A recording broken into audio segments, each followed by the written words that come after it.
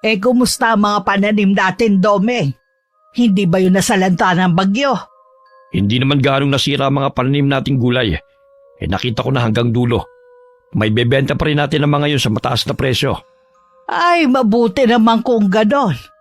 Maswerte tayo kumpara sa iba mga magsasaka sa lugar natin. Nakita ko kanina na sinalanta ng husto mga pananim nila. Sigurado na ang kanilang pagkalugi. Mabuti nga sa kanila. Ngayon tayo lang ang may magandang ani. Wala tayong kaagaw sa mamamakyaw ng mga gulay. Nasa atin talaga ang swerte. Oo nga. Parang gusto kong lumabas para makita ang pagkadismaya ng mga kababaryo natin. Siya nga pala, nakasalubong ko si Ruben kanina. Ha? Talaga? Nagkausap ba kayo? Hindi. May mga kasama siya kanina. Kahit nasa iisang baryo lang tayo, bihira ang pagkakataon na makasalubong natin siya. Hindi ko alam kung tayo ba ang umiiwas o siya. Sigurado na hindi pa yung nakakalimot sa nangyari noon. Huwag mong kakalimutan siya ang may malaking atraso sa atin at ang asawa niya. Alam kong gusto pa rin niya makaganti sa akin. Lagi naman akong handa kung sakali eh. Balita ko rin magaling na siyang manggagamot. Namana niya yun sa namayapa niyang ama. Nakarating nga yan sa akin. Di ba meron siyang nakababatang kapatid? Nasa na kaya yun? Taga Maynila lang ng pangasawa nun. Malamang doon siya nakatira. Wala naman akong balita kung dumadalaw siya rito sa lugar natin. Mabuti pang doon na lang siya habang buhay para hindi siya mahawa sa kamalasan ng kapatid niya. Kilala ang mag-asawang Domeng at Luding sa lugar namin dahil sa isang ektaryang taniman ng mga gulay. Maliban doon, kilala rin sila sa pagiging madamot at magaspang ang ugali. Di bali na mabulok ang pananim nila basta hindi sila magbibigay sa kapwa nila. Pinangingilagan din sila ng mga residente. Dahil sa mga kumakalat na kwento tungkol sa kanilang mag-asawa na hindi naman mapatunayan kung totoo nga. Pagkatapos ng isang buwan, nakabuo na rin ako ng desisyon. Uuwi na ako sa probinsya para doon magbagong buhay. Habang nagmumuni-muning mag-isa, may kumatok sa pinto. Dahil sa pag-aakalang kapitbahay, agad ko yung binuksan. At bumungad sa akin si Gail. Bakit dala mo ulit ang mga gamit mo? Huwag mong sabihin na pinalayas ka ng ama mo. Hindi po, Nay. Ako ang kusang umalis sa poder nila. Bakit? Akala ko ba mas gusto mo sa ama mo dahil mas kaya niyang ibigay ang pangangailangan mo? Kasi, Nay, napag-isip-isip ko na hindi yun ang magpapasaya sa akin eh. Oh, talaga? Kaya pala isang buwan kang hindi man lang nagparamdam sa akin. Sorry po, Nay Ang totoo niyan, si Tita Claudia. Huwag mo nga mabanggit-banggit ang pangalan ng babaeng yan dito sa bahay. Ayaw po ng bagong kinakasama ni Itay na tumawag ako o magkaroon ng komunikasyon sa inyo. Iyon din po ang gusto ni Itay. Ang kapal din talaga ng mga mukha nila. Nagawa na nga nila akong lokohin eh. Gusto pa nilang putulin mo na ang ugnayan sa akin. Ibang klase rin kabit. Pati ang tatay mo nahawa na rin sa ugali ng babae niya. Hayaan na lang po natin sila. Ang ibig bang sabihin niyan ako ang pinipili mo, anak? Opo, Nay. Alam ko naman po na makakaya natin kahit wala na si Itay sa tabi natin. Iba pa rin kasi kapag buo ang pamilya. Mabuti doon sa tatay mo, meron kang maituturing na pangalawang ina sa katauhan ng kabit niya. Hindi naman po totoong mabait ang bago niyang kinakasama eh. Ano ang ibig mong sabihin? Mabait lang po siya kapag nakaharap si Itay. Kapag kami lang dalawa, ginagawa niya akong utusan. Ganon? Bakit hindi mo sinusumbong sa tatay mo? Sabi niya po kasi wag akong magsusumbong dahil palalayasin niya ako. Tsaka naisip ko na baka hindi rin maniwala sa akin si Itay. Ipagpapalit rin lang ako ng ama mo sa babae pang yun.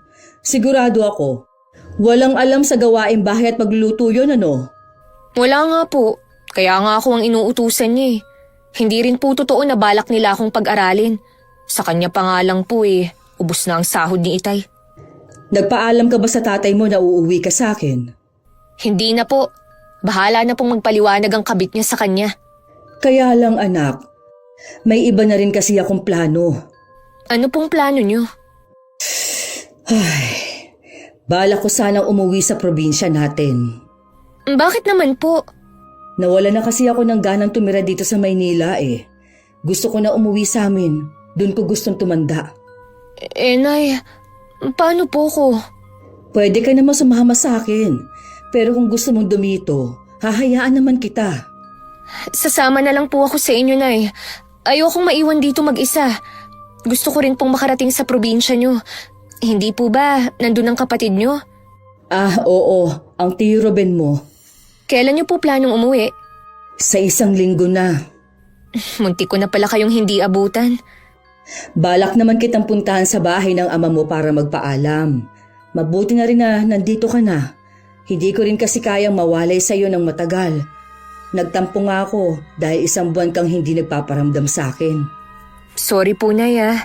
Nagkamali po ako ng desisyon na sumama kay Itay. Sigurado na susugod dito ang ama mo oras na malaman niyang umuwi ka dito sa akin. Kahit po anong gawin niya, hindi na ako sasama sa kanya. Kinabukasan nga maaga pa lang pumunta na sa bahay ang dati kong asawa. Nag-usap muna kami bago niya kinausap ang aking anak. Sa huli, hindi rin naman niya nakumbinsi si Gail na sumama sa kanya. Nangako naman ng ama na padadalhan na lang siya para makapag-aral. Hanggang umalis ang ama ni Gail, hindi na ako lumabas ng kwarto. Nakaalis na ba ang ama mo? Opo, Nay. Kung magbago daw ang isip ko, bukas daw ang bahay nila anumang oras. Sinabi mo ba ang dahilan kung bakit ka umalis? Opo.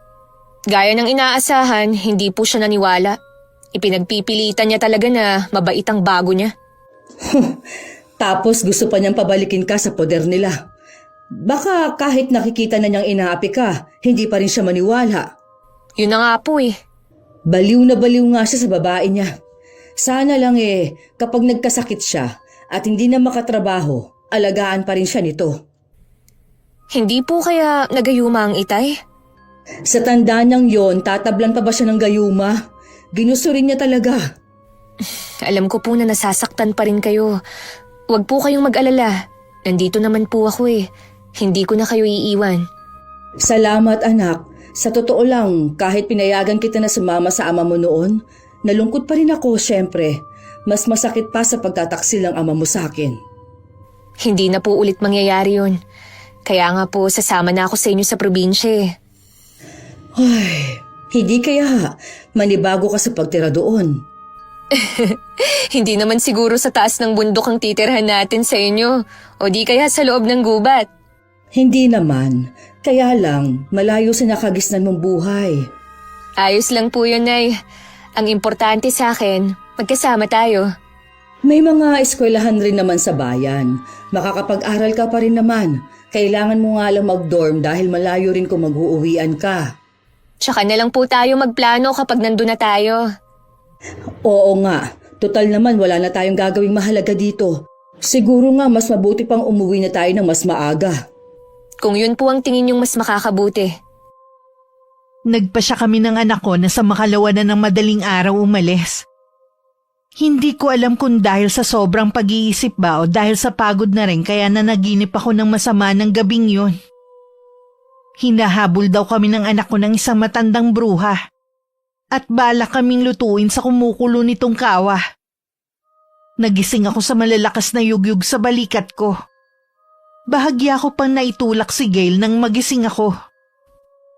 Ayos lang po ba kayo? Gail, anong ginagawa mo dito? Narinig ko po kayong sumisigaw eh, kaya pumasok ako dito. Ano po bang napanaginipan nyo? Hindi ko na maalala eh. Anong oras na ba? 3:00 na po ng madaling araw. Hindi na siguro ako makakatulog nito. Pupunta na lang ako sa kusina. Matulog ka muna, maaga pa naman. Sasamahan ko na lang po kayo. Hindi na rin po ako makakatulog eh. O sige, maya-maya lang naman ng kaunti dadaan na yung nagpapandesal. Abangan mo at mag-iinit lang ako ng tubig. Nay, alam na po ba ng kapatid nyo na uuwi tayo? Oo anak, pero hindi lang alam ni kuya kung kailan. May pamilya na rin po ba siya? May asawa siya pero namatay sa panganganak kasama ng bagong silang nilang anak. Hindi na po ba siya ulit nag-asawa? Hindi na. Itinuon na lang niya ang panahon sa panggagamot. Isa siyang albularyo? Oo, namana niya yon sa aming ama. Kayo po ba marunong din manggamot, Nay? Nako, hindi anak. Ang Tio Ruben mo lang. Nay, kapag nandun na po tayo, ano po ang gagawin niyo? Ang ibig ko pong sabihin magtatrabaho po ba kayo? Marami naman akong pwedeng pasukan doon. Yun nga lang, puro sa lupa. Pwede naman na tulungan ko na lang si kuya sa maliit naming sakahan. Pangunahing hanap buhay kasi doon, pagsasaka. Ganon po ba? Ano, ayaw mo na bang sumama sa akin pa uwi? Nagbago na bang isip mo? Hindi po Sasama po ako sa inyo. Harangan man ako ng sibat. Ikaw talaga. Oh, nariyan na yung pandesal, narinig ko na. Bumili ka na at yun na lang ang almusal natin. Dumating ang araw ng pag-alis namin ni Gail. Nagliliwanag pa lang nasa terminal na kami. Dahil parehong walang tulog, sa bus na lang kami natulog habang bumabiyahe. Parang nanibago rin ang katawan ko sa haba ng biyahe. Nangawid din ako dahil sa tagal ng pagkakaupo. Papasok na kami nun sa baryo namin nang mapansin ko ang pagkamangha ni Gail sa tanawin. Kitang-kita din sa mga mata niya ang paghanga na hindi ko inaasahan sa kanya. Bigla kong may naalala. Pero bigla ko rin yun inalis sa isipan ko. Pagdating sa bahay, mainit naman kaming sinalubong ng mga kamag-anak namin at ni Kuya Ruben. Maligayang pagbabalik sa iyo, Gail. Salamat po, Chong, sa mainit niyong pagtanggap sa amin. Magpahinga na muna kayo ng nanay mo, ha? Maghahanda lang ako ng tanghalian natin. Sige po. Almira, masaya ako na bumalik ka kasama ng anak mo. Ganon din ako, kuya. Tutulungan na kita sa paghahanda ng tanghalian natin. Huwag na. Alam ko na pagod ka sa biyahe. Siguradong nanibago ka. Oo nga Nangawit ang balakang ko sa tagal ng pagkakaupo. Tsaka may edad na rin ako kaya siguro hindi na makatagal sa pagkakaupo. Hoy, maiwan ko muna kayo. Huhulihin ko lang ang isa sa mga alaga kong manok para pang-ulam. Oh, tumahimik ka na riyan, anak. Nagtataka lang po ako sa sinabi ni Tio Ruben. Bakit sinabi niya na maligayang pagbabalik sa akin? Ito pa lang naman ang unang beses kong nakarating dito Baka nagkamali lang siya ng pagkakasambit kanina. Huwag mo na lang pansinin. Baka nga po. Halika na muna sa magiging silid natin. 2 lang pala ang kwarto sa bahay na ito. Hindi na rin siguro naisip ni kuya na ipagawa dahil mag-isa lang naman siya. Bahay pa ito ng mga magulang namin kaya kung mapapansin mo luma ang disenyo. Nung makita ko nga po itong bahay niyo, pakiramdam ko, bumalik ako nung unang panahon. Kamukha po kasi ang bahay niyo sa mga picture sa libro Oo nga. Sana hindi pa ito masira. Pero alam ko, matibay ang mga kahoy na ginamit sa paggawa nito. Nay, yung nadaanan natin na malawak na taniman ng gulay, kilala niyo po kung sino ang may-ari? Ang ganda kasi parang kumikinang ang mga pananim nilang gulay sa ilalim ng sikat ng araw. Halatang alagang-alaga nila ang mga pananim nila. Sa pagkakaalam ko sa mag-asawang Domeng at Luding ang taniman na yon, sila ang may malawak na sakahan dito at alam ng marami kung gaano kaganda ang kanilang naaani ng mga gulay.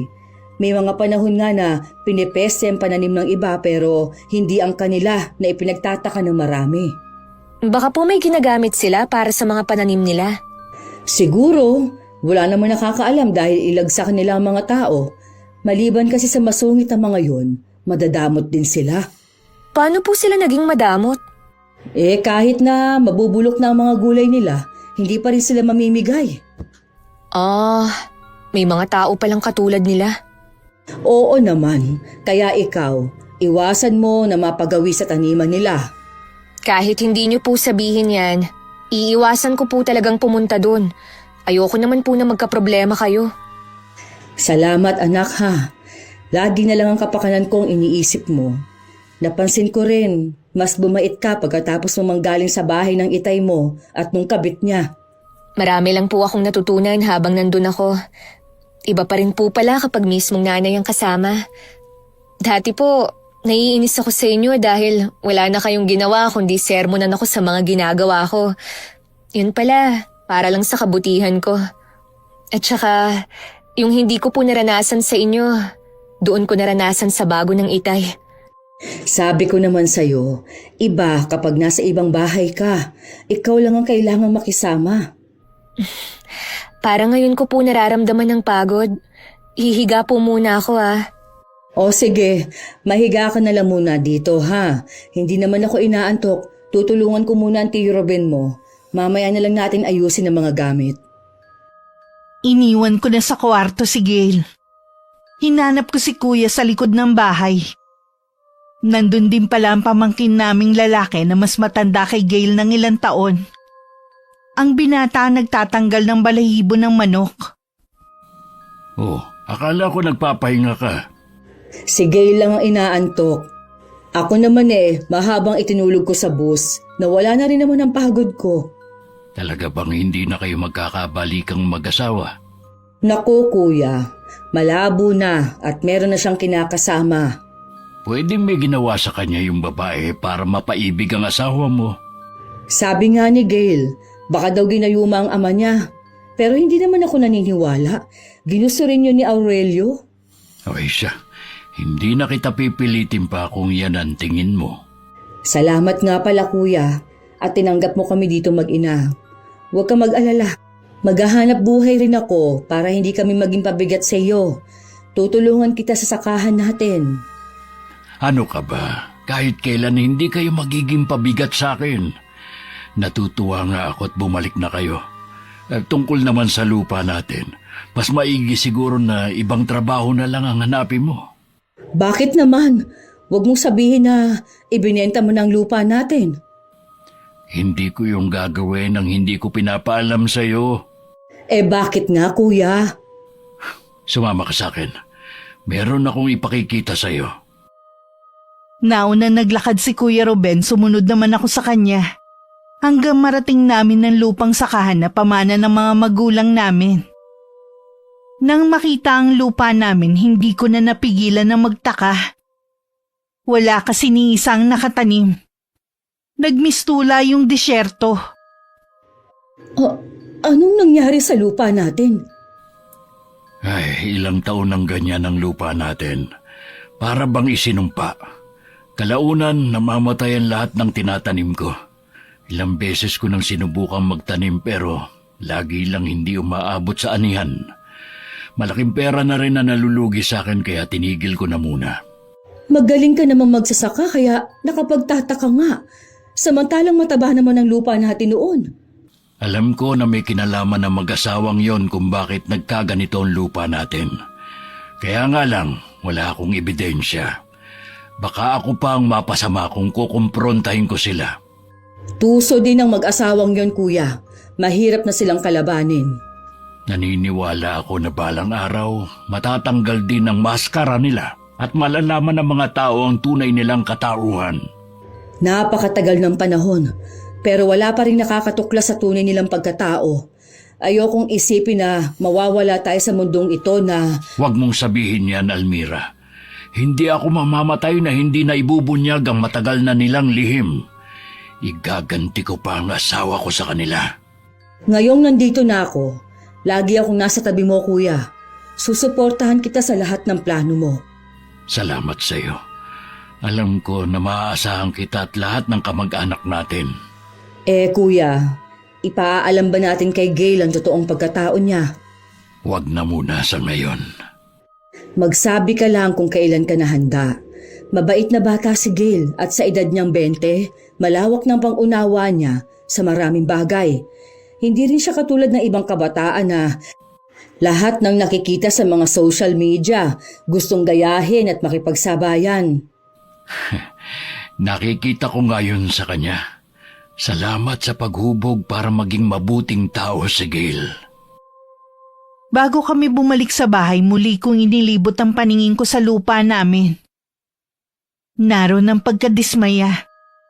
Pero wala na akong magagawa sa problemang yun. Nang kakain na kami ng tanghalian, ginising ko na si Gail. Pinagsaluhan naming tatlo ang masaganang tanghalian ng araw na yun. 1 linggo na kaming naroon nang maisipan kong magluto ng kakanin at saka ibenta. Natutunan ko ang pagluluto noon nung buhay pa ang aming ina. Katatapos ko lang noon magluto nang dumating naman si kuya galing sa panggagamot. Kumusta ang pasyente mo? Magaling na siya. Mabuti na agapan. Anong naging sakit niya? May kumukulam daw kay Darwin. Ayaw pa ngang maniwala eh. Sinabihan ko lang mauubos ang pera niya pero hindi siya gagaling sa mga doktor. Mabuti na kumbinsi mo na magpagamot sa'yo. Ikinumbinsi siya ng nanay niya. Nahawa na kasi sa asawang taga-syudad kaya nag-iba bigla ang paniniwala. Sino kaya ang gumawa nun sa kanya? Ang matandang mag-asawa. Kararating lang ni Darwin dito kasama ng asawa. Siguro nakursunodahan lang ng mga yun. Hindi kaya ganun din ang gawin nila kay Gail kapag natsyempohan nilang makita? Hindi nila magagalaw si Gail. Lagi mong bilinan na huwag tatanggalin ng suot na kwintas. Yun ang magsisilbi niyang proteksyon. Oy, nasan nga pala siya? Kasama ng pamangkin nating si Lenlen, ipinadala ko yung 1 bilaong suman kina Aling Diday. Mabuti natatandaan mo pa rin kung paano gumawa ng kakanin. Hindi na yun mawawala sa sistema ko. Abay, bata pa lang ako, dito na tayo binuhay ng inay. Ay, sa bagay nga. Nakakamiss din ang mga magulang natin. Oo nga. Tinirahan nga pala kita. Kumain ka muna. Hindi nagtagal dumating na rin si Gail. Malapit lang naman kasi ang bahay ni Aling Diday. Pinasamaan ko lang siya sa pamangkin namin para makabisado na sa susunod ng anak ko mga bahay na hahatiran niya kung sakali. Pero ganun na lang ang gulat ko nang makita na bitbit pa rin niya ang bilao ng kakanin. Oh, bakit dala mo pa rin yan? Wala bang tao doon? Nay, sabi po ni Aling Diday, nagastos daw niya yung pambayad sa order niyo. Ano? Pambihira naman ang matandang yun. Hindi pa rin pala nagbago. Bili niyo kasi, wag kong ibigay kung walang bayad kahit gusto niyang kunin. Kaya po ito, dala ko pa rin. Mabuti, hindi mo bibindigay. Kapag nagkataon, sayang ang pagod natin. Kilala ang matandang yon na hindi nagbabayad ng utang. Tapos siya pa ang galit. Paano po itong suman? Ay ilalako ko na lang. Ako na lang po, Nay. Kaya ko naman eh. Hindi mo naman kabisadong lugar natin eh. Hindi naman po ako lalayo eh. Dito lang ako sa mga bahayan. O sige, mabuti na nga rin siguro. Basta ba huwag kang lalayo, ha? Iwasan mo rin yung malawak na taniman ng mag-asawang matanda. Kapag natanaw mo na, bumalik ka na rito sa bahay. Opo, Chong. Tatandaan ko po ang sinabi niyo. Kahit nag-aalangan akong payagan ng anak ko, inalis ko na lang yun sa isipan ko. Darating din naman kasi ang araw na kailangan niya makabisado ang lugar namin. May tiwala din naman ako sa kanya na hindi niya susuwayin ang utos ko. Dahil sa kagustuhan ni Gail na maubos ang paninda, hindi na niya namalayang napalayo na siya. Namalaya na lang niya na malapit na siya sa malawak na taniman ng mag-asawa. Akmang babalik na sana siya nang may nagsalita. Ano ba yung tinitinda mo? Po? Kuwan po. Kakanin po. Parang ngayon lang yata kita nakita rito ah. Kadarating lang po namin ng nanay ko nung nakaraang linggo. Ganun ba? Lumapit ka sa akin. Huwag ka matakot at hindi naman ako nangangain eh. Gusto ko lang makita yung paninda mo. Sige po. Ito na lang po ang natira eh. Sige, bibilhin ko na lahat. Talaga po? Oo, bakit? Ayaw mo ba? Nako, gusto ko nga po eh. Para makauwi na ako. Sige na, balutin mo na yan lahat at kukunin ko na. Ito na po. Maraming salamat po sa inyo. Umalis na rin agad ang anak ko pagkatapos makuha ang bayad. Dahil sa pagmamadali niya, hindi na niya napansin ang matiim na titig ng matandang babae habang nakasunod sa kanya ng tingin. Ilang sandali pa lumapit na ang asawa ng matandang babae na nagtataka dahil parang ipinako na siya sa kinatatayuan niya. Sinong kausap mo, Luding? Hindi ko kilala eh. Naglalako lang siya ng kakanin. Binili ko na lahat, bihira lang naman tayong makakain nito eh. Kanino kayang anak ang babaeng yun? Hindi ko alam. Pero sabi niya kadarating lang nila rito ng nanay niya. Baka taga-bayan o ibang lugar. Siguro nga. May iba nga pala ako. Magaling na si Darwin. Napagaling siya ni Ruben. Mahusay talaga siya gaya ng kanyang ama. Dapat matinding karamdaman na lang ang ibinigay mo sa kanya eh. Matindi na nga ang orasyon na iginawad ko eh. Sadya lang talagang mahusay si Ruben kaya napagaling niya. Siguro naman ay magtatanda na si Darwin. Akala yata niya ay madadaan niya tayo sa paninindak niya eh. Tapos ka na ba sa ginagawa mo? Oo. Uuwi na ba tayo? Oo, madilim na naman ang langit eh. Mabuti naman at umuulan na. Iba pa rin kapag tubig ulan ang dumidilig sa mga pananim natin. Hindi na sinagot ni Aling Luding ang asawa. Okupado na kasi ang isip niya ng anak kong si Gail. Samantala masaya naman ang anak ko na umuwi sa amin bitbit lang wala ng lamang bilao. Nakaabang naman ako sa may pinto dahil hinihintay ko siyang dumating. Inay, nakaubos po ako ng paninda. Mabuti naman. Kanina pa kita hinihintay eh. Nag-aalala kasi ako na baka abutan ka ng ulan. Hanggang saan ka umabot sa paglalako mo? Bago po doon sa malawak na taniman ng mag-asawang sinasabi nyo. Ay, salamat naman at hindi ka umabot doon. Nay, maliban po sa pagiging madamot ng mag-asawa, ano pa po ba ang ugali nila? Pakiramdam ko kasi parang meron pa kayong hindi sinasabi. Mula pa noon, kilala na namin sila. May iba pa silang sikreto na kami lang ni Kuya Ruben ang nakakaalam. Ano pong sikreto na yun? Tsaka ko na lang sasabihin sa'yo. Sa ngayon, huwag ka na munang mag-usisa. Sige po. Sige na, magmerienda ka na muna sa kusina. Kakausapin ko lang ang Tiyo Ruben mo, ha? Iniwan ko na ang anak ko at saka tinungo ang likod bahay. Kung saan nabala si Kuya Ruben sa pagsasalansan ng mga panggatong. Tinulungan ko na siya para mapabilis ang ginagawa niya. Ay, salamat. Sakto, pumapatak na ang ulan. Dumating na ba si Gail? Oo, kararating lang niya. Masaya nga dahil nakaubos siya ng paninda. Baka malibang siya sa paglalako ng kakanin. Wala namang masama, basta hindi lang siya lalayo. Nag-uusisa na nga lang siya tungkol sa mag-asawa. Malakas kasi ang pakiramdam ng batang yun eh. Ano naman ang sinabi mo sa kanya? Hindi ako pwedeng magsinungaling sa anak ko. Kaya sinabi ko na lang na tsaka ko nasasabihin sa kanya. Sa tingin ko, kuya, ikaw dapat ang magtapat sa kanya. Hindi ko alam kung kaya kong sabihin sa kanya. Nasa tabi mo naman ako lagi eh. May karapatan din naman si Gail na malaman na ikaw ang kanyang ama. Huwag na muna natin yung pag-usapan. Tara na sa loob. Naiiling na lang ako habang nakatingin kay Kuya Ruben na nauna nang pumasok sa loob. Sandali ko munang pinanood ang pagpatak ng ulan. Kasabay nun ang pag-alala ko sa nakaraan kung paano napunta sa akin si Gail. Dahil sa araw-araw ang ulan, hindi makapaglako ng kakanin ng anak ko.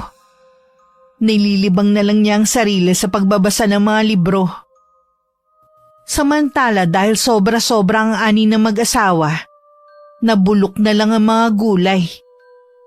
Minsan isang pamilya nagpapaalam na kung pwede nilang kunin ang nabubulok na mga gulay. Binulyawan lamang sila ni Mang Dome. Hindi ko pinamimigay ang mga gulay na yan! Magselis na kayo dito! Wala akong pakialam kung nangihinayan ko sa mga gulay na nabubulok na!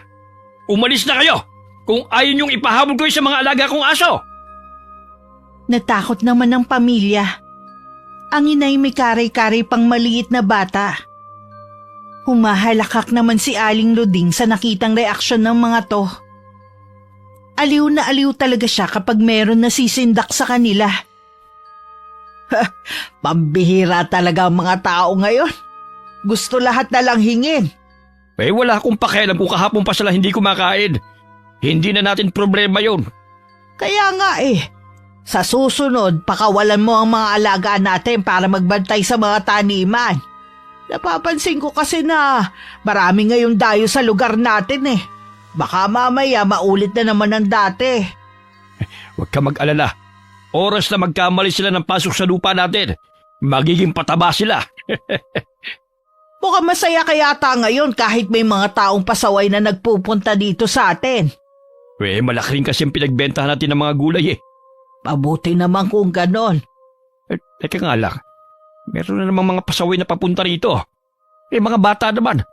Napakakulit talaga ng mga ito. Hayaan mo mga alaga natin ang humabol sa kanila nang magtanda sila. Magiging aral na sa kanila ito sa mga magulang nila. Kasalukuyan kaming kumakain noon nang may tumawag kay Kuya Ruben. Kailangan daw ang kapatid ko para gamutin ng 3 binatilyo. Agad namang sumama si Kuya at hindi na nakapagpaalam sa amin. Naiwan naman ang mga tanong sa isip namin kung ano ang nangyari sa mga binatilyong yon. Gabi na po, Nay. Wala pa rin si Chong.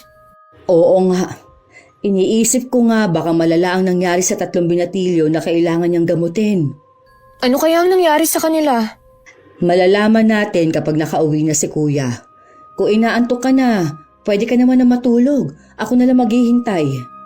Hindi pa naman ako inaantok, Nay. Sasamahan ko na po kayo sa pag-aantay para hindi kayo mainip. May kumakatok po. Baka si Chong na yan. Ako na ang magbubukas ng pinto. Bago ko tanggalin ang pagkakalak ng seradura ng pinto, tinanong ko muna kung sino ang nasa labas. Nang masiguro kong si Kuya Ruben nga, pinagbuksan ko na siya. Napansin ko agad ang mga bakas ng dugo sa damit ni Kuya at pagkahapo sa mukha niya. Pasensya na kayo kung napuyat kayo sa paghihintay sa akin. Ayos lang, Kuya. Hindi pa naman kami inaantok ni Gail. Oh, kumusta ang 3 binatilyo? Malala ang isa sa kanila. Malalim kasi ang sugat niya sa tiyan. Hindi katulad sa dalawa na sa may braso at binti lang. Ano bang nangyari sa kanila? Nilapa sila ng mga alagang aso ng mag-asawa. Ha? Paano nangyari yun? Ibig ko sabihin, ano bang ginagawa nila sa teritoryo ng mag-asawang yun? Nangangalakal lang naman ang 3 binatilyo. Malayo naman daw sila sa lupa ng mag-asawa. Kaya gano'n na lang daw ang gulat nila nang bigla na lang sumulpot yung 3 malalaking aso at hinabol sila. Siguradong sinadya yun ng 2 matanda na yon. Ang sama talaga nila. Hindi na sila naawa sa mga bata. Kanina sinugod ng mga kamag-anak ng 3 ang kanilang bahay.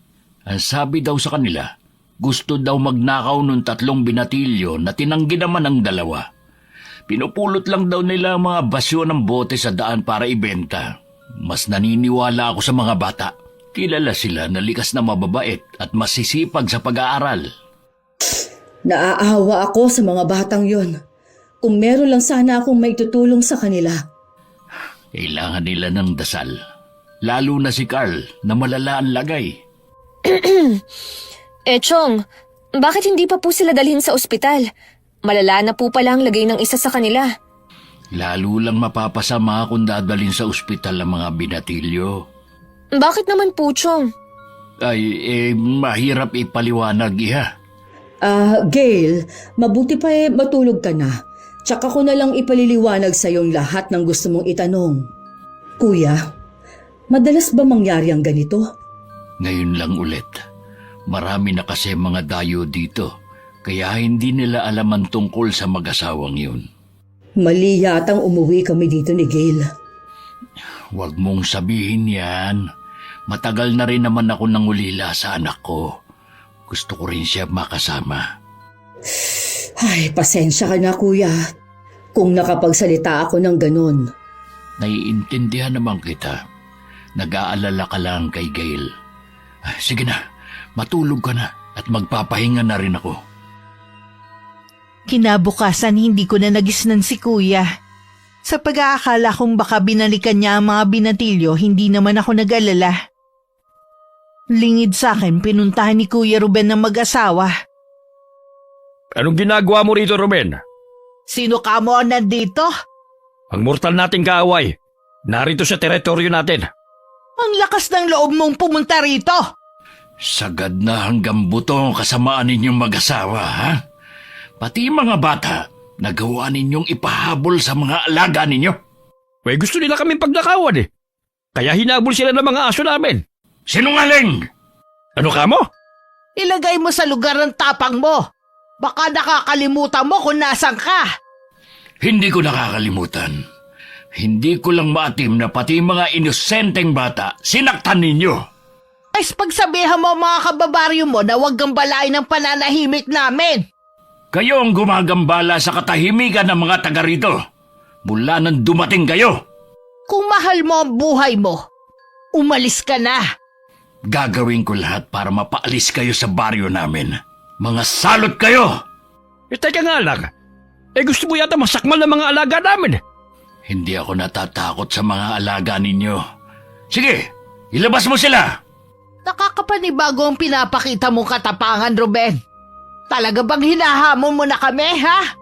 Baka gusto mo na rin sumunod sa mag-ina mo. Bago ako sumunod sa kanila, sisiguruhin ko na kayo muna ang mawawala. Eh, talagang... Hayaan mo na lang siya. Iniwanan pa ng matatalim na sulyap ni Kuya Ruben na mag-asawa bago naglakad palayo.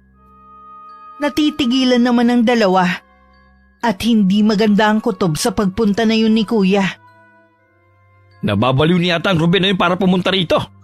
May pinaplano siya. Hindi ko lang maisip kung ano. Talasan mo ang pakiramdam mo, baka bumalik siya sa mga susunod na araw. Huwag ka mag-alala. Ako ang bahala sa kanya. Eh, siya nga pala. Naalala mo yung dalagang binilhan mo ng kakanin? Anak pala yun ni Almira. Bumalik na sila rito. Eh kaya pala pamilyar sa akin ang mukha ng babaeng yun eh. Pero bakit hindi ka mukha ni Almira? Mas hawig nga yung bata ka eh. Hindi kaya... Nung gabi lihim na bumalik ulit si Kuya Ruben sa bahay ng mag-asawa. Pakubli-kubli siya sa mga pananim para hindi siya makita. Natanaw naman niya ang mga alaga nilang aso. Nang masigurong tulog na ang mag-asawa, tsaka niya inilabas ang sariwang karne na tumutulo pa ang dugo. Agad naman yun naamoy ng mga aso at saka sinundan ng amoy. Sige, lumapit kayo. Dadaling ko kayo sa lugar kung saan kayo nararapat.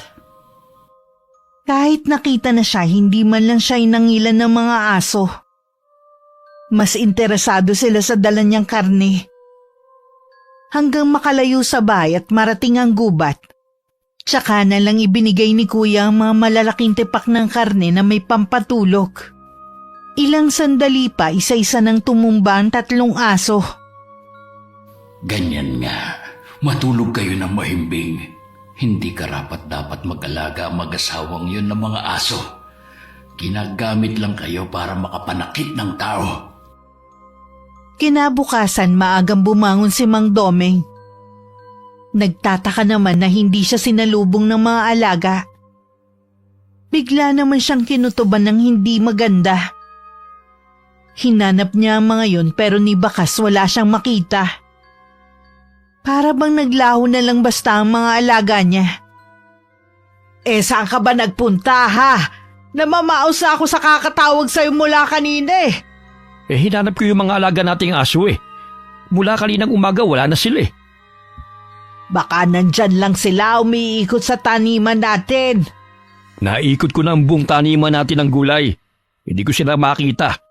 Eh, namaos na nga rin ako sa katatawag pero hindi sila lumalapit. Eh kung nakalabas man sila, siguradong bumalik na sila.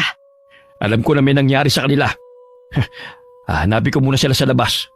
Teka lang, Domeng. Delikado kung pupunta ka sa kabahayan. Talagang hindi na siya nagpapigil pa. Una muna naghanap si Mang Domeng sa gubat. Nang hindi makita doon ng mga alaga, tsaka naman siya nagtungo sa ibang panig ng baryo. Hanggang hindi na niya namalayan na nasa kabahayan na siya. Bahagya siyang natigilan nang makitang masama ang titig sa kanya ng mga taga ron. Imposible na mabuhay pa ang mga alaga ko kung nakarating sila rito. Baka mapag-initan ako. Eh, kailangan ko na umalis. Akmang tatalikod na siya nang biglang may sumigaw sa likod niya. Isang galit na lalaki ang pasugod sa kanya habang may hawak na pamalo. Para siyang ipinako sa kinatatayuan niya hanggang makalapit ang lalaki. Ang ibang naron sumugod na rin sa kanya. Dahil marami ang umaatake sa kanya, hindi na niya nagawang ipagtanggol ang sarili. Nagawa naman niyang makatakas pero bugbog sarado naman ang inabot niya. Domeng! Ano nangyari sa'yo? Sino may kagagawan niyan sa'yo? Ang mga tao, sinugod nila ako. Galit na galit sila sa akin. Mga hayop sila! Ano karapatan nila para saktan ka, ha? Magbabayad ang mga taong yun sa ginawa nila sa'yo. Hindi ko kasi namalayan na nakarating na ako sa kabahayan. Huli na para makaiwas ako. Yung isang lalaking sumugod sa akin, ama ng isa sa mga binatilyong sinakmal ng alaga natin. Kasalanan din naman nila kung bakit nangyari yun sa mga anak nila eh. Hindi nila bantayan para hindi nakakarating sa mga lugar na bawal sila. Sa narinig ko kanina, patay na ang isa sa binatilyo. Wala akong pakialam kahit maubos pa sila. Maupo ka na muna dyan at kukunin ko lang ang mga gamot. Nag-aalala ako sa mga alaga natin. Baka may masama nang nangyari sa kanila. Huwag mo na silang intindihin kung patay na sila. Mas mahalaga ang buhay mo kaysa sa mga hayop na yon. Pero Luding, matagal na natin silang alaga. Kahit papano'y kapamilya ng turing ko sa kanila. Itong tandaan mo, Domeng. Tayo lang ang magkapamilya. Parang baliwala lang sa'yo yung ilang taon ng pagsiservisyo ng mga alaga natin sa atin Pwede naman natin silang palitan kung gusto mo eh. Ayoko ng kapalit. Hahanapin ko pa rin sila kapag kaya ko na. Napahamak ka na nga dahil sa paghahanap sa kanila eh. Itutuloy mo pa rin talaga na hanapin sila. Titigil lamang ako kapag nakita ko mismo ng mga mata ko na wala na sila. Ay, bahala ka na ka. Ang tigas ng ulo mo. Nang sumunod na mga araw, sunod-sunod ang pagkakasakit ng mga tao. Mabuti na lang naroon si Kuya Ruben. Alam niyang kagagawan niyo ni Aling Luding. Dahil gusto nitong ipaghiganti ang asawa na binugbog ng mga tao. Mabuti pa kuya, magpahinga ka naman. Bumabagsak ng katawan mo sa matinding pagod dahil sa panggagamot mo. Hindi ko pwedeng talikuran ng mga nangangailangan ng tulong ko. Kaya lang kuya, kalusugan mo naman ang nalalagay sa alanganin. Ayos lang, basta makatulong ako.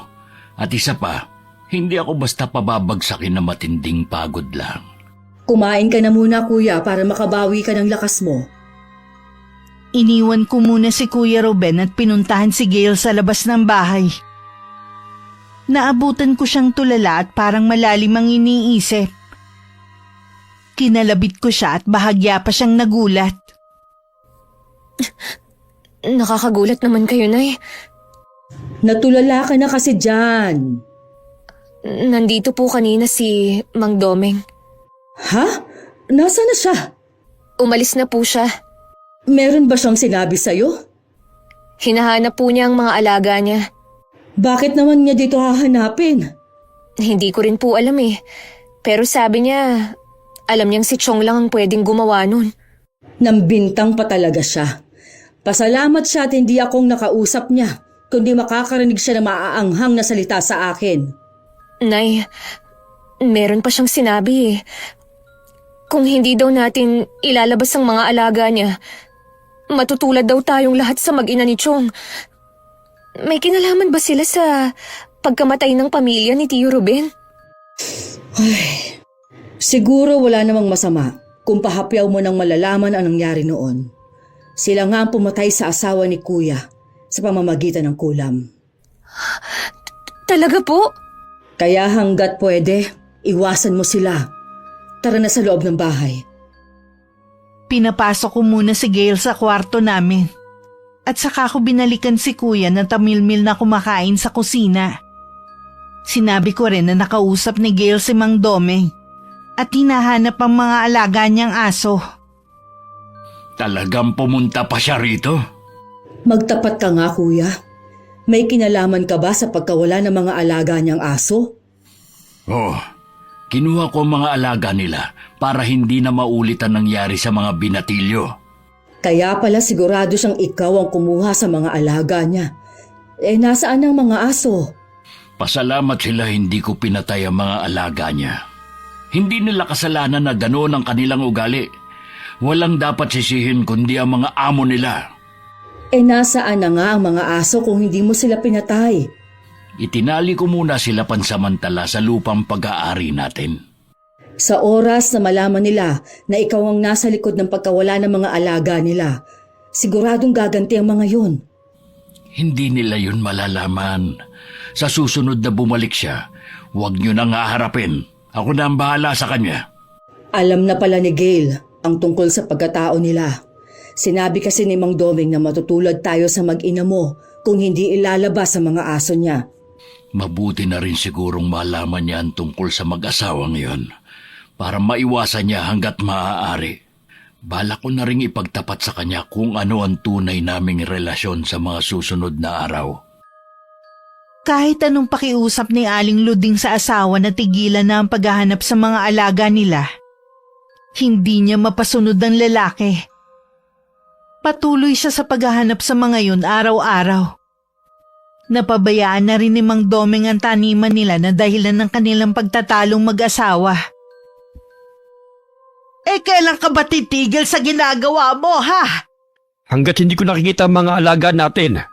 Mga hayop lang ang mga yun pero ang mga pananim natin ang pinagkukunan natin ng kabuhayan. Pinababayaan mo na dahil sa paghahanap mo sa mga yun. Hindi ko rin maaasikaso mga pananim natin kung sobrang pag-aalala ko.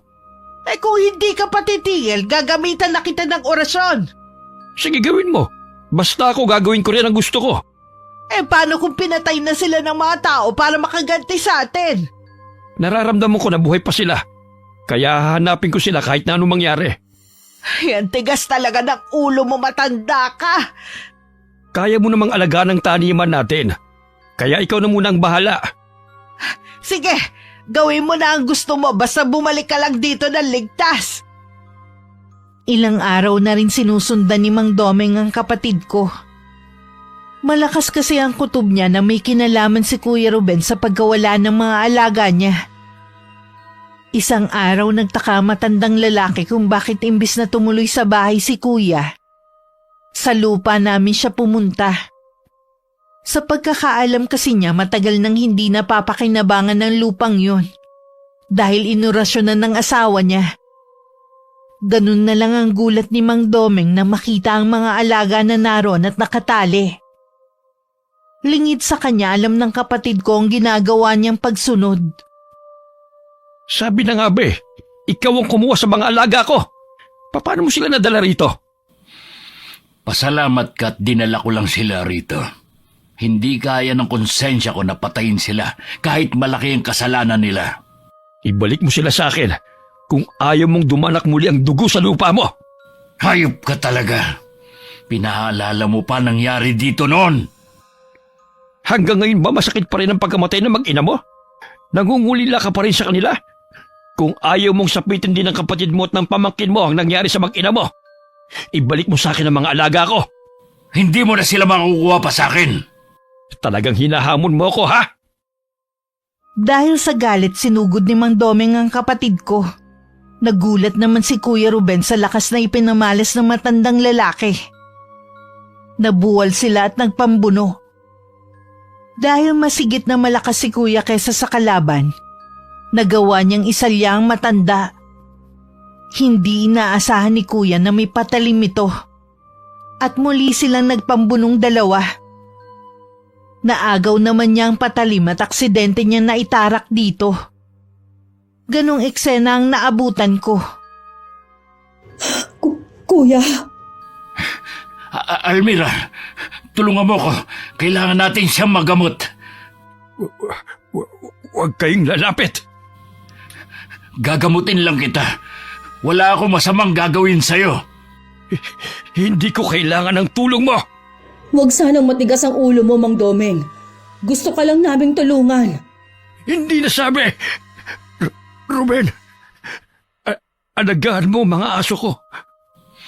Nakikiusap ako sa'yo. Pumayag ka ng gamutin kita. Mang Domeng! Bumalik po kayo! Saan siya nagpunta? Ang bilis niya nawala. Yung dugo sa lupa, kuya. Sundan natin bago pa may makakita sa kanyang ibang tao. Sinundan namin ang mga patak ng dugo pero nawala na rin yun. Hinanap pa namin siya sa paligid pero hindi na namin siya nakita. Lulugo-lugo kaming umuwi sa bahay. Sa tingin ko naman hindi ganun kalalim ang sugat niya. Kaya lang, baka maubusan siya ng dugo. Puntahan kaya natin siya sa bahay nila. Baka nakauwi na siya. Hindi pwede, kuya. Baka lalo ka lang mapahamak. Hindi ko naman sinadya yung nangyari.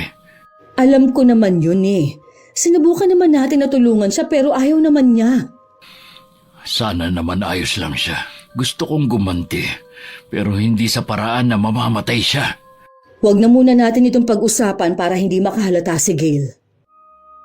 Nang mga oras na yun, nag-aalala naman si Aling Luding sa asawa. Dahil madilim na, wala pa rin ito. Parot parito na siya habang iniisip kung saan napadpad si Mang Domeng. Wala naman siyang matanungan ng mga tao. Dahil iniiwasan nga silang mag-asawa. Hanggang inabot na ng kinabukasan. Ang aga mo namang umalis ng bahay kanina. May balita ka ba? Wala Nakita ko rin si Aling Luding. Mukhang hinahanap din niya ang asawa. Nakapagtataka namang bigla na lang siyang nawala. Naisip ko yung sinabi mo na hindi naman malala ang sugat niya. Hindi kaya nasa isang lugar lang siya at nagpapagaling? Ilag sa kanyang mga taga rito. Sino naman ang tutulong sa kanya? Tama ka dyan. Sumasakit tuloy ang ulo ko sa kakaisip. Hayaan na lang natin ang pangyayari. Hintayin na lang natin kung kailan siya lilitaw. Oo nga. Baka maganda rin itong senyales na mapaalis natin si Aling Luding sa baryo natin. Baka maisip niyang lumayo na lang ngayong wala na ang asawa niya. Naging matulin ng mga araw. Pinilit namin maging normal ang mga kilos namin. Para walang makahalata na meron kaming tinatago ni Kuya Ruben. Isang araw na galing ako sa paglalako ng kakanin, hindi ko inaasahang makakasalubong ko si Aling Luding. Matiim ang titig niya sa akin. May kailangan po ba kayo? Matagal ka ring nawala Kumusta ka, Almira? Ayos lang naman po. Alam mo bang 1 linggo nang nawawala ang asawa kong si Domeng? Ganun po ba? Wala akong nababalitaan. Alam ko na may masamang nangyari sa kanya. Oras na malaman ko kung sino ang responsable sa pagkawala niya. Matindi ang magiging kabayaran. Bakit niyo po sa akin sinasabi yan? Walang may ibang motibo kundi kayong magkapatid lang. Una na wala ang mga alaga naming aso. Ngayon naman mismong si Domeng. Sana naman po, bago kayo magbintang, alamin niyo muna ang posibleng dahilan ng pagkawala ng asawa ninyo. Walang dahilan para bigla na lang siyang mawala. Subukan niyo pong hanapin sa ibang lugar. Huwag niyo na po akong gagambalain pa. Siya nga pala. Maganda ang anak mo Kaya lang bakit hindi mo yata siya kamukha? Mas kahawig niya ang namayapang asawa ng kapatid mo. Hindi lang basta magkahawig para silang pinagbiyak na bunga. Binabalaan ko po kayo. Huwag na huwag ninyong kakantiin ni dulo ng daliri ng anak ko. Bilang ina, kaya ko pong gawin ang lahat para maprotektahan lang ang anak ko. Sa tingin mo matatakot mo ko Hindi po ako nananakot lang. Sinasabi ko lang ang pwede kong gawin. Sige po, Aling Luding. Hinihintay na kasi ako ng anak ko. Alam kong meron kang itinatago. Palalaman ko rin kung ano yun. Malayo-layo na ang nalalakad ko nang lumingon ako. Pero wala na sa kinatatayuan nito si Aling Luding. Mabuti na lang masama ang pakiramdam ni Gail dahil sa buwan ng dalaw. Kaya ako na lang ang naglako ng araw na yon. Pagdating sa bahay, sinilip ko lang ang anak ko sa kwarto at nakita ko nga natutulog siya. Ilang sandali pa dumating na si Kuya Ruben. Agad kong sinabi sa kanya ang pagtatagpo namin ni Aling Luding kanina habang pauwi ako. Sa tingin ko, kuya, may alam na si Aling Luding tungkol sa pagkatao ni Gail. Natatakot ako na baka maunahan niya tayo sa pagsasabi sa kanya.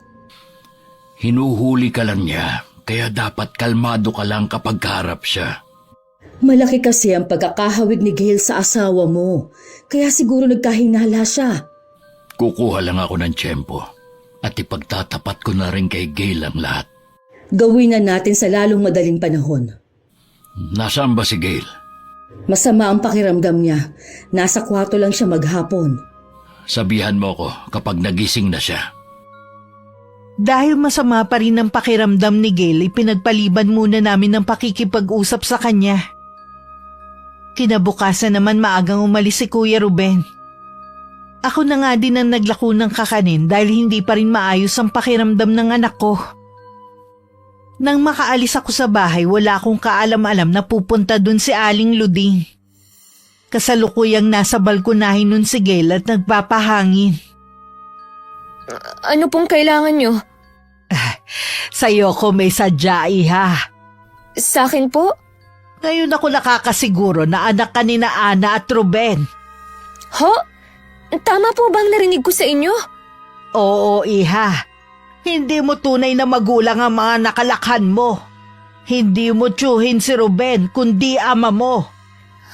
Pero, hindi ko po maintindihan.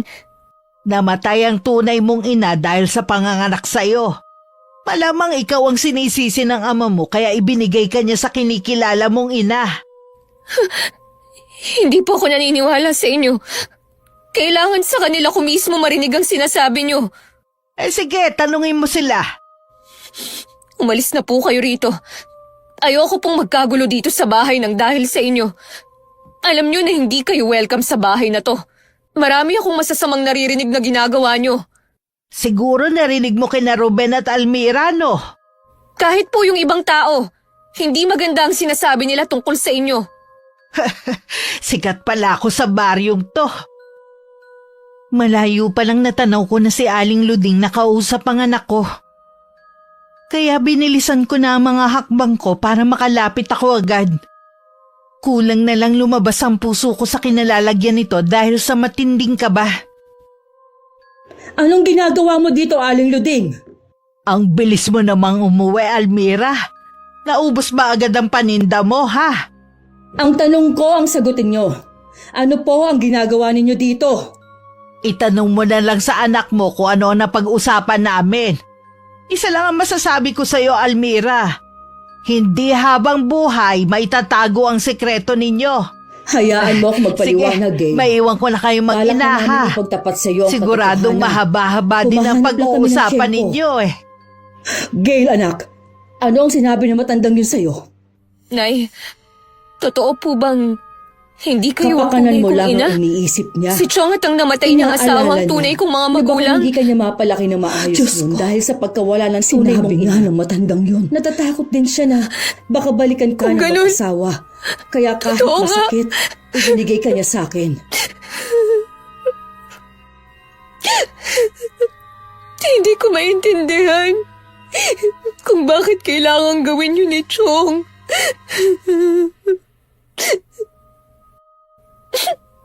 Napakababaw pa rin ang dahilan na yun, Nay. Siguro para sa'yo ay mababaw na dahilan nun. Gail! Pero para sa isang Sandali lang, ama, anak. Mag-usap na muna kaligtasan tayo. mo lang ang iniisip. Hindi yun mababaw lang. Kung hindi pa nagpunta rito si Aling Luding, hindi ko pa malalaman ang itinatago niyo. Balak na nga naming ipagtapat sa'yo kahapon. Kaya lang nga masama pa rin ang pakiramdam mo. Maniwala ka, Gail. Hindi namin intensyon na lokohin ka. Walang intensyon. Pero ilang taon yung itinago. Iwan niyo muna ako. Gusto ko lang mapag-isa. Wala akong nagawa kundi pabayaan na muna si Gail. Buong maghapon lang siya nagkulong sa kwarto namin. Hanggang dumating si Kuya Ruben, hindi pa rin siya lumalabas. Ipinagtapat ko na rin na naunahan na kami ni Aling Luding sa pagsasabi ng katotohanan sa dalaga. Sa palagay ko, ginawa yun ni Aling Luding para gumante. Dahil may hinala siya na tayo ang nasa likod ng pagkawala ng asawa niya. Kakausapin ko si Gail. Gusto raw muna niya mapag-isa. Hayaan na lang muna natin siya. Mas naging komplikado pa tuloy. Wala naman akong ginusto kundi ang kaligtasan ng anak ko. Binigo ko si Ana na pangalagaan ng anak namin. Hindi yan totoo. Kung nasan man ngayon si Ate Ana, alam ko na masaya siya. Kapag natapos ang problema natin, babawi ako kay Gail. Pupunuan ko mga taon na hindi kami magkasama. Mabait ang anak mo, kuya. Naguguluhan lang siya ngayon, pero maiintindihan niya rin ang ginawa natin balang araw. Oh, alam ko naman yun. Maiba ako. May balita na ba kay Mang Doming? May sinabi ang pinsan ni Itay kanina na si Cholauro. Hindi ko alam kung maniniwala ba ako. Alam mo naman na hindi normal ang pag-iisip niya. Ano bang sinabi niya? May kamag-anak daw si Mang Doming sa kabilang baryo. Hindi kaya nandun siya. Anong ginagawa niya dun? Bakit hindi siya umuwi sa asawa niya? Hindi pa naman tayo sigurado sa bagay na yan. Pupunta ako doon para alamin. Hindi ba pwedeng ipagpabukas mo na lang? Baka abutin ka kasi ng gabi eh. Oh, sige. Pupuntahan ko na muna si Aling Luding para balaan. Alam ko na may iba siyang pinaplano. Nakatayo ako sa may bintana habang tinatanaw ang paglayo ni Kuya Ruben. Naramdaman ko ang pagtabi sa akin ni Gail. Saan po pupunta si Chong? Pupuntahan niya si Aling Luding. Ayos na ba ang pakiramdam mo? Opo. Nay, marami sana akong gustong itanong sa inyo. Sana po masagot niyo lahat. Sige, Iha. Sasagutin ko lahat. Bakit kinulam ni Aling Luding ang tunay kong ina? Nabanggit ko na sa'yo dati pa. May kadamutan ng mag-asawang yon. Noong mga panahong ipinagbubuntis ka ng nanay mo, gusto niya laging tinatanaw ang malawak na taniman ng mag-asawang yon. Tinangkarin niyang humingi ng gulay noon pero hindi siya binigyan. Doon nag-umpisa ang lahat. Minsan, may nawalang mga gulay daw sa taniman ng mag-asawa. Ang nanay mong pinagbintangan nila. Nag-umpisa noon, nagkasakit si Ate Ana hanggang sa kabuwanan niya na sa'yo. Dahil lang dun, kinulam nila ang tunay kong ina? Si Aling Luding ang mangkukulam. Sunod-sunuran lang sa kanya ang asawa. Gusto ka rin nilang saktan noon at bigyan ng sumpa. Mabuti na lang, mabilis mag-isip ang Kuya Ruben. Sinabi niyang namatay ka sa sinapupunan ng nanay mo bago ka pa isilang. Alam ba ni Itay ng asawa niyo na hindi niyo ako anak? Oo, magkasintahan pa lang kami noon. Ipinaako ka na sa amin ni Kuya kahit masakit, basta mailayo ka lang namin dito. Kung alam mo lang ang paghihirap ng ama mo, nang kunin ka namin. Sa palagay ko po, wala akong karapatang magalit sa inyong lahat. Lahat po kayo, minahal ako eh. Pasensya na, Nay, kung nagtampo man ako sa inyo. Mahigpit pang yumakap si Gail sa akin. Nangako pa siyang kakausapin na si Kuya na siyang tunay niyang ama. Samantala magkaharap naman si Aling Luding at Kuya ng mga oras na yon. Pareho nilang nararamdaman ang galit ng bawat isa. Siguro galit na sa'yo ang anak mo dahil sa ginawa mong paglilihim. Hindi mo ba talaga titigilan ang pamilya ko, ha? Sabihin mo muna kung nasaan ang asawa ko para tigilan ko na kayo. Bakit hindi mo hanapin sa kamag-anak niya? Walang ibang kamag-anak si Domeng maliban sa akin. Kaya wag mo akong nililinlang. Alam ko na may kinalaman ka sa pagkawala niya. Kung ako sa'yo, sabihin mo na kung ayaw mo mapahamak ang anak mo. Subukan mong saktan ang anak ko, magsisisi ka. Baka gusto mong sumunod na sa asawa mo. Sinasabi ko na nga ba may kinalaman ka sa pagkawala ni Domeng? Nasaan ang katawan ng asawa ko? Sabihin mo na sa akin kung nasan siya. Wala kang malalaman sa akin. Kahit hindi ka umamin, alam ko may ginawa kang masama kay Domeng gaya sa mga alaga namin. Huling babala ko na ito sa'yo. Tigilan mo na ang pamilya ko. Wala ka ng kakampi ngayon, mag-isa ka na lang. Kung ayaw mong sugurin ka ng taong bayan dito, piliin mo na dapat ang maging mabuti. Walang sino man ang pwedeng mag-utos sa akin kung anong dapat kong gawin. Lalo ka na! Nasa iyo na ako makikinig ka. Yun lang naman ang sinadya ko. Nagngingit-ngit naman ang kalooban ni Aling Luding habang nakasunod ng tingin sa kapatid ko. Dahil sa pagkawala ng asawa, tuluyan na nitong napabayaan ang taniman nila. Kung dati luntian ang kapaligiran nila, ngayon wala nang kasigla-sigla ang buong taniman. Namatay na ang lahat ng mga pananim. Dasan ka na, Dome? Ano ba talaga ang totoong nangyari sa'yo? Sino ang tinutukoy ni Ruben na kamag-anak mo? Alam ko lahat sila tinalikuran mo para sa akin. Bumalik ka na sa akin. Nang makauwi si Kuya Ruben sa bahay, mahigpit siyang sinalubong ng yakap ni Gail. Napagtanto agad ng kapatid ko na tanggap na siya ng anak. Parehong umiiyak ang mag-ama na magkalas sa pagkakayakap. Salamat, anak. Napatawad mo na rin ako.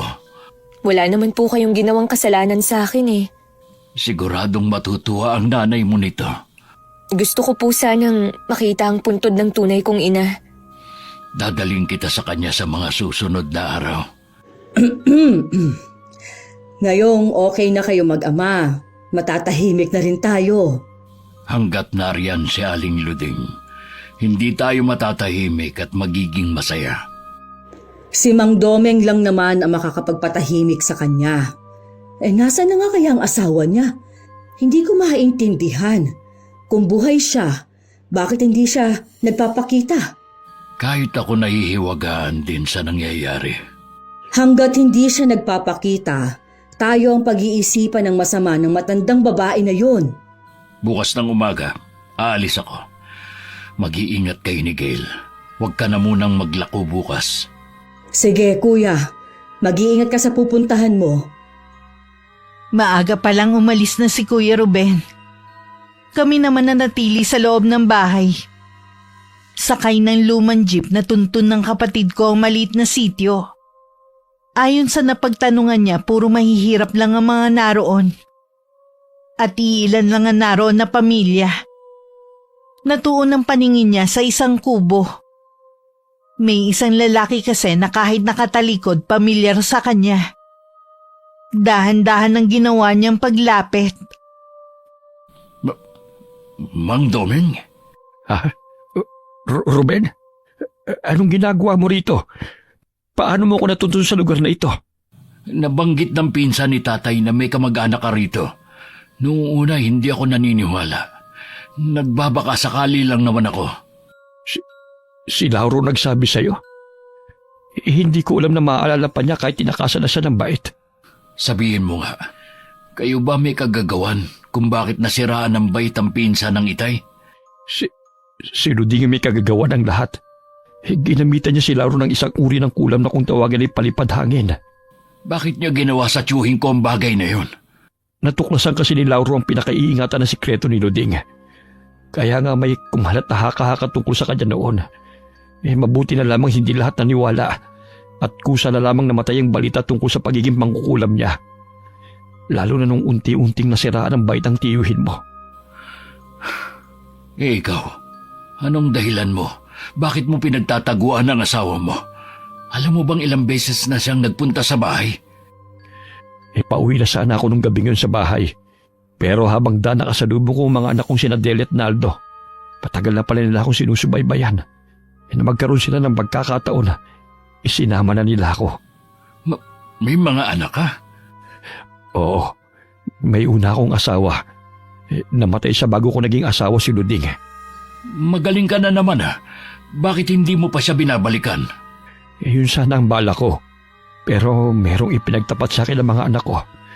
Kaya nagbago ang isip ko. Anong pinagtapat nila sa'yo?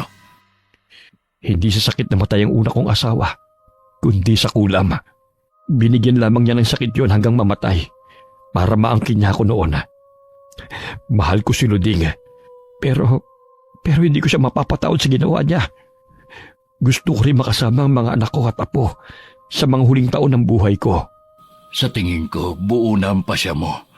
Pero alam mo ba ang perwisyong gagawin niya sa pamilya ko? Patawarin mo ako, Ruben, kung wala akong magagawang tulong sa iyo. Ilang taon din akong naging masama. Mas masarap pa rin pala ang pakiramdam na maging mabuting tao.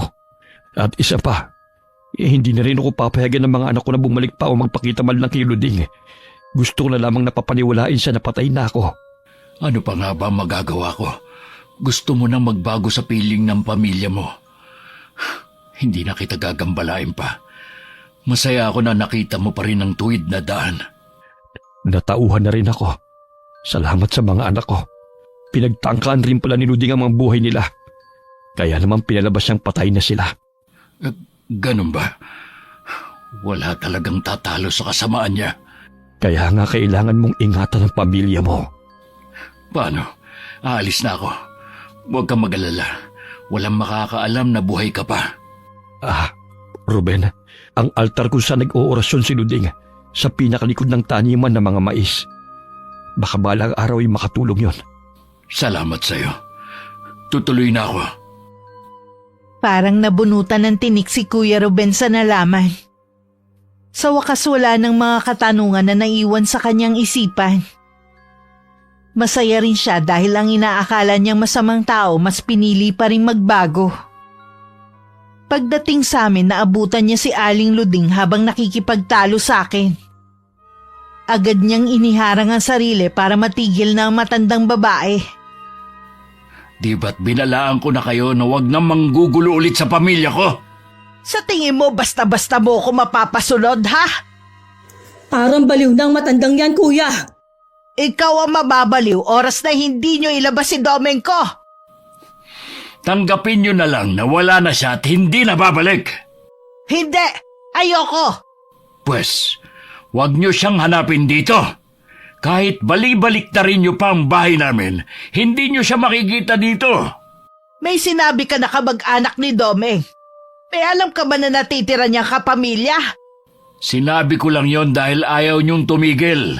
Pero wala akong alam sa bagay na yon. Dapat kayo ang nakakaalam kung may pamilya pa ba ang asawa nyo. Sinasabi ko na sa'yo wala na siyang pamilya. Kaya imposible na may kumukup-kup sa kanya. Mas naniniwala ako na may ginawa kayong masama sa kanya. Kaya magtapat na kayo. Bago maubos ang pasensya ko sa inyo. Ako ang nauubos na ang pasensya sa inyo. Kapag hindi ka pa umalis, ipagkakalat ko sa lahat ang sikreto mo. Hindi lang yun ang gagawin ko. Hihikayatin ko rin sila na sugurin ang bahay mo hanggang mapalis ka namin sa baryong ito. Gawin mo! Nang malaman natin kung sino sa atin ang mas magaling. Isa-isa pa kaming tinapunan ng matalim na sulyap ni Aling Luding bago umalis. Nakahinga naman ako ng maluwag nung umalis na siya at saka na kami pumasok sa loob ng bahay. Hindi naman makapagsalita si Gail dahil sa matinding kaba. Huwag na kayong matakot. May palagay ako na hindi na siya babalik. Tay, Nay, bakit hindi na lang tayo umalis sa lugar na to? Sa Maynila na lang tayo. Sigurado, doon, hindi na tayo magugulo ni Aling Luding. Hindi ganun kadali ang sinasabi mo, Gail. Hindi basta may iwan ni kuya ang buhay niya rito sa probinsya at hindi siya sanay sa syudad. Sa tingin ko, tama si Gail. Ha? Huwag mong sabihin, kuya, na... Kung para sa kaligtasan ng anak ko, handa muli akong magsakripisyo. Mas gugustuhin ko pa na hindi na tayo magkita kahit kailan. Bumalik na kayo sa Maynila. Hindi po, Tay. Hindi kami aalis kung hindi ka kasama. Pero anak... Buo na po ang pasya ko. Kung hindi po kayo sasama sa amin ng inay, sama-sama na lang po nating harapin si Aling Luding. Sang-ayon din ako sa sinabi ni Gail. Nang gabing yun habang tulog na ang dalaga, lumabas ako ng kwarto namin. Alam ko kasing gising pa ang kapatid ko ng mga oras na yon. Naabutan ko nga siya sa sala. habang nakatayo sa may bintana at nakatanaw sa kadiliman ng gabi. Kuya, Oh, bakit hindi ka pa natutulog? gaya mo, hindi rin ako makatulog. Ano nga palang nangyari sa lakad mo kanina? Buhay pa nga si Mang Domeng. Ha? Talaga ba? Bakit hindi pa siya nagpapakita sa asawa niya? Wala na siyang balak na magpakita pa kay Aling Luding. Kasama na niya ang 2 anak at mga apo. Gusto niyang magbagong buhay. Hindi ko maintindihan. Ibig sabihin, may sarili pala siyang pamilya? Oo, si Aling Luding din ang may kagagawa ng maagang pagkamatay ng asawa niya. Kinulam niya rin yun? Ganun na nga. Pati ang mga anak ni Mang Domeng gusto niyang saktan noon. Kaya minabuti nilang palabasin. Napatay na rin sila. Dati, nagagalit ako kay Mang Domeng. Pero ngayon, awa nang nararamdaman ko sa kanya. Pareho tayo. Humanga rin ako dahil pinili niyang magbago. Habang may buhay talaga, may pagkakataon pa rin na magbago. Si Aling Luding kaya, kailan? Huwag na tayong umasa na magbabago pa siya. Sa bagay nga, ilang beses na siyang nagbanta sa atin eh. Sinabi mo ba kay Mang Domeng na tayo ang ginugulo ng asawa niya? Oo, kaya nga pinag-iisipan ko ang sinabi ni Gail. Ano ka mo? Kuya, kakayanin mo bang iwan ang bahay mo dito sa probinsya? Bakit hindi? Kung makakasama ko naman ang anak ko. Sa bagay nga, hindi naman sa'yo bago ang Maynila. Doon ka nga pala nag-aral noon. Aalis na tayo sa baryo na ito sa lalong madaling panahon. Kaya humanda na kayo ni Gail. Pareho kami masaya ni Gail sa naging desisyon ng kanyang ama. Pero ilang araw na lang bago ang pag-alis namin biglang nagkasakit ang dalaga. Noon lang din namin napansin na nawawala ang kwintas niya. Na binigay ng ama para proteksyonan siya. Lingid sa amin, hawak na yun ni Aling Luding. Tingnan ko lang, Ruben, kung magagawa mo pang magmalaki sa akin pagkatapos ng gagawin ko sa anak mo. Sa kanya ko ay gaganti ang mga ginawa mo. Kinuha na ni Aling Luding ang aklat ng karunungang itim na pag-aari ng kanyang pamilya.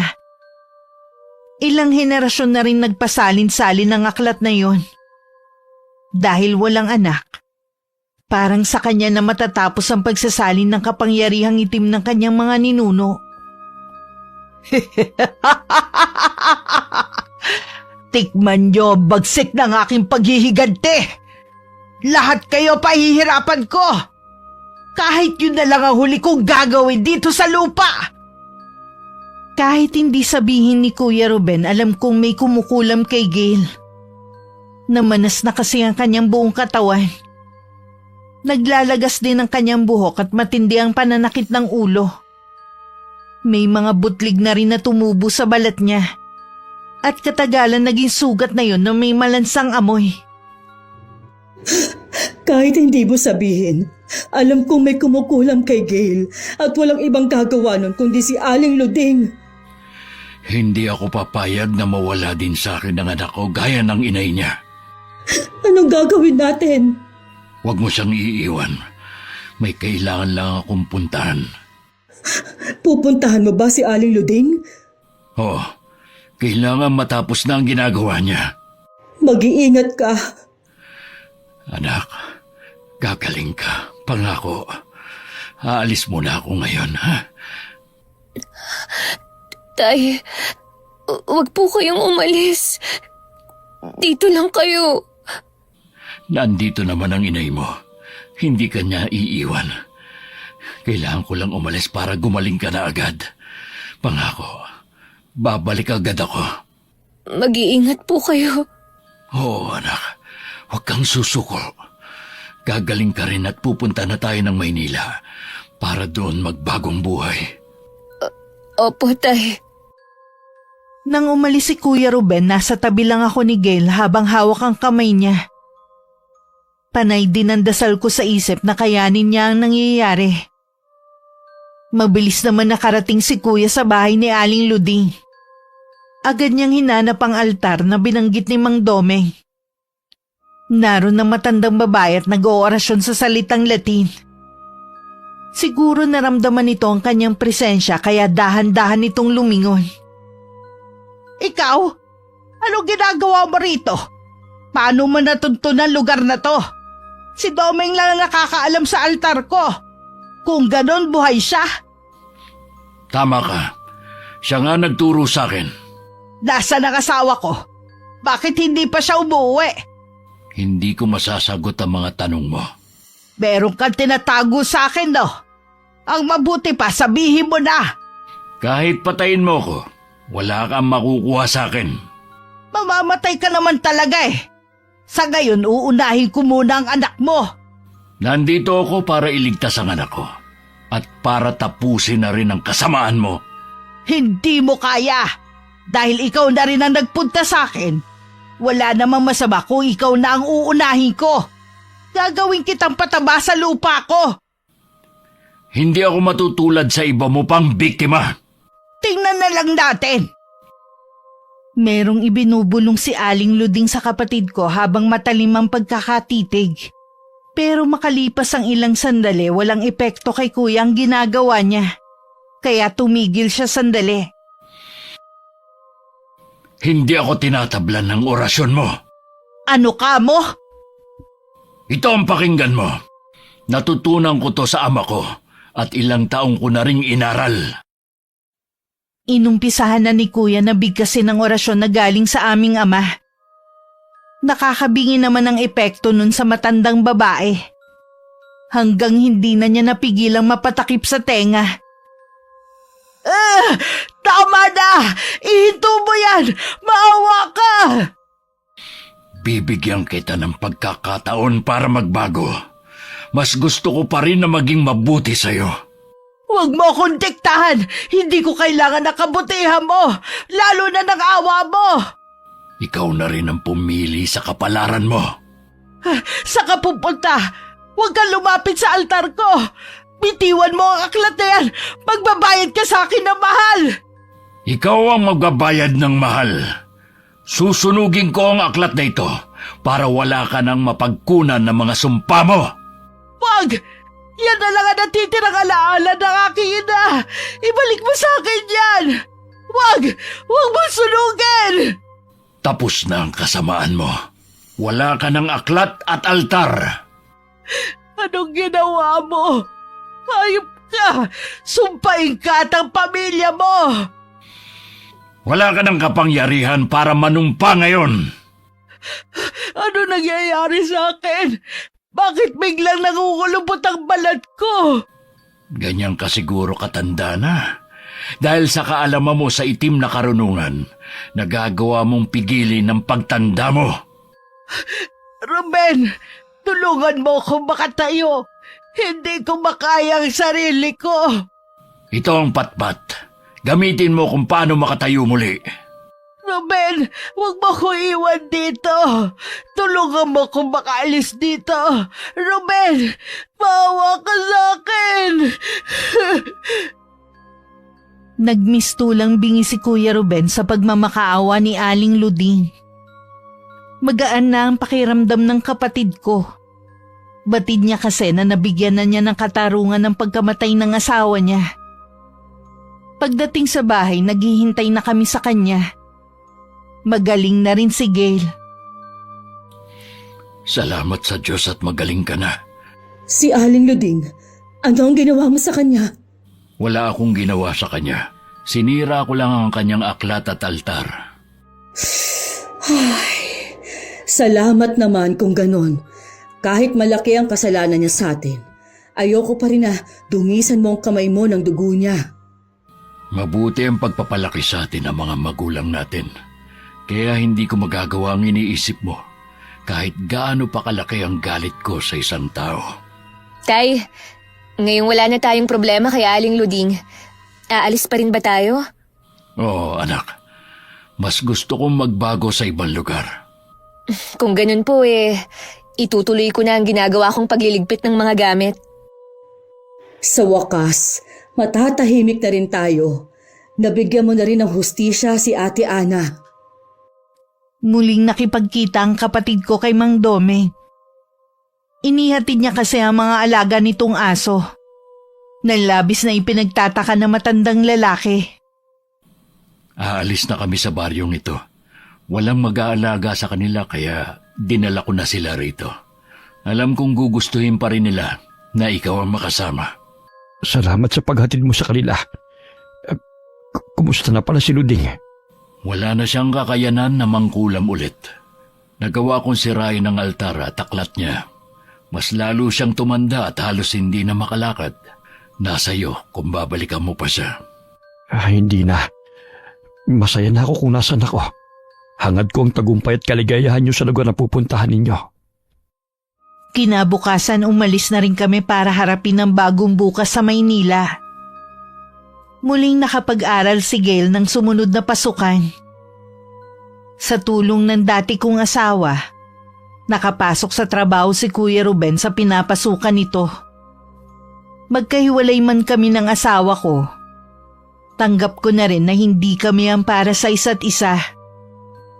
Ang mahalaga para sa akin, malayo ang mga mahal ko sa buhay sa kapahamakan. At namumuhay kami ng simple at masaya. Wakas. Kumusta ang mga